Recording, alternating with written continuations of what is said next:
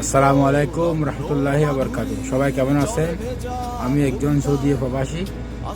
আমি সমস্ত প্রবাসী ভাইদের উদ্দেশ্য করে বলতে চাই, আমরা সবাই বাংলাদেশের নাগরিক এবং আমরা সবাই বাংলাদেশের, আমরা একজন লিমিটেড যুদ্ধ। আমরা কোনো দেশদ্রোহী নয়। আমার কথা যদি সবাই একমত হন, ভিডিওটা বেশি বেশি করে শেয়ার করবেন এবং অন্যরা দেখার জন্য সুযোগ করে দেবেন। আমরা কোনো দেশদ্রোহী নয়, আমরা একজন লিমিটেড যোদ্ধা। আমার কথা হচ্ছে, আমি অনেক চিন্তা ভাবনা করে কথাগুলো বলতেছি। আমার কথা হচ্ছে যে, যদি আমরা টাকা ব্যাংকে না পাঠাই, নিত্যবর্তী জিনিসের দাম অনেক বৃদ্ধি পাবে। যার কারণে আমরা প্রবাসীরা কেনাকাটা করে খেতে পারবো, সেটা কোনো বিষয় না। কিন্তু সাধারণ জনগণ কী করবে? সাধারণ জনগণ অনেক কষ্ট হবে। এই কষ্টের কারণ হব আমরা প্রবাসীরা, আমরা লিমিটেড যুদ্ধরা। কারণ আমরা যদি ব্যাংকে টাকা না পাঠাই, সমস্ত নিত্যবর্তী জিনিসের দাম অনেক বৃদ্ধি পাবে। সেজন্য সবার কাছে নিরতভাবে অনুরোধ, সবাই দুজবে কান দেবেন না। সবাই বিনোদের সাথে অনুরোধ করতেছি, আমি একজন সৌদি প্রবাসী। সবার কাছে বিনোদের সাথে অনুরোধ করতেছি, আপনারা ব্যাংকে রেমিটেন্স পাঠাবেন। ব্যাংকে যদি রেমিটেন্স পাঠায়, সরকার পাবে আমাদের কাছ থেকে 2%।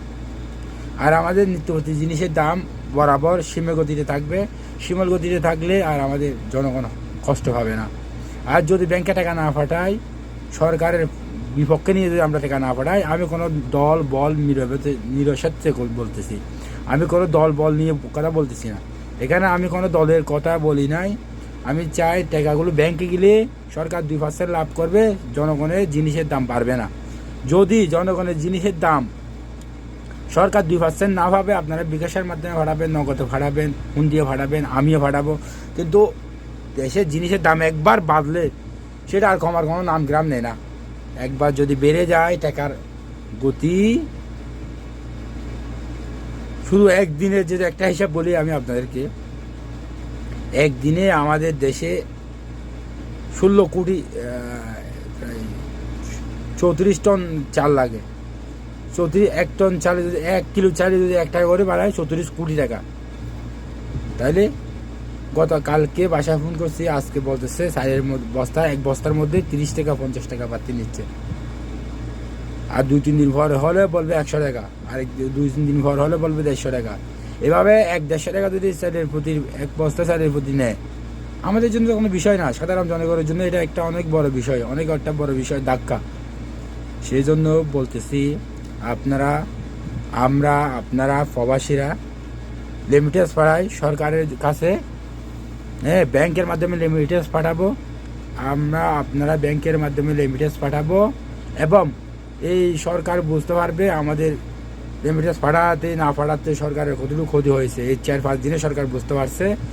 আমরা পরবর্তীতে প্রবাসীরা কোনো একটা প্রস্তাব যেন রাখতে পারি, সেই মুখ আমাদের রাখার দরকার, সেই সুযোগ সুবিধা আমাদের রাখার দরকার। আমরা ছাত্রদেরকে সাপোর্ট করি, স্যালুট করি, ওদেরকে আমরা সম্মান করি। ওদের কয়েকজন ছাত্রকে গুলি করা হয়েছে, হত্যা করা হয়েছে, এগুলো সম্পূর্ণ অন্যায়, এটা আমরা স্বীকার করি। আমিও মনে করলাম বিকাশে টাকা দেবো, কোন দিয়ে টাকা দেবো, ব্যাংকে টাকা দেবো না। কিন্তু দেখলাম, চিন্তা ভাবনা করে, আমি দেশে একজন ব্যবসা করছিলাম, আমি একজন দেশের ব্যবসায়ী, এখানেও আমি সৌদি আরব তাবুকে থাকি। সেই জন্য বলতেছি, সবাই আমার ভিডিওটা বেশি বেশি শেয়ার করবেন, দেখবেন, আমার কথাটা গুরুত্বপূর্ণভাবে নেবেন। নাহলে জিনিসের দাম একবার বাড়লে আর কমার নাম গ্রাম নেবে না। খুদা হাফেজ, ভালো থাকবেন, সবাই সুস্থ থাকবেন। আসসালামু আলাইকুম।